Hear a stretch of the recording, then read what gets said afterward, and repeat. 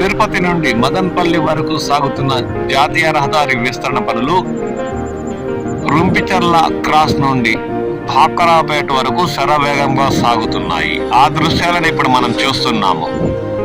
ఇక దాదాపు ఈ ఏడాది చివరికల్లా ఈ రహదారి పనులను పూర్తయి ఈ జాతీయ రహదారి పూర్తి స్థాయిలో వాహనదారుల రాకపోకలకు అందుబాటులో వచ్చే అవకాశం ఉందని అధికారులు పేర్కొంటున్నారు.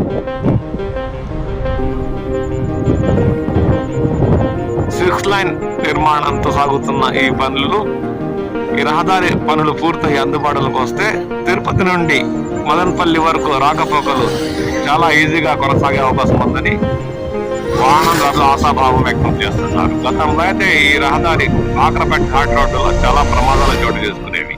రహదారి విస్తరణ పనులు పూర్తయితే సమస్యాత్మక ప్రాంతాలన్నీ చక్కదిద్ది వాహనదారులకు ఇబ్బందులు తొలగే అవకాశం ఉందని వారు ఆశాభావం వ్యక్తం చేస్తున్నారు.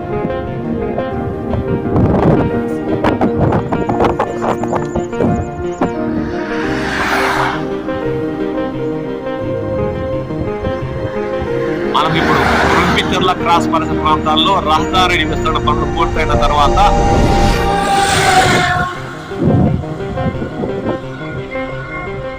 జాతీయ రహదారి విశాలంగా విస్తారంగా మారి కన్నులకు కనువిందుగా దర్శనమిస్తున్న దృశ్యాలు మనం ఇప్పుడు చూస్తున్నాం.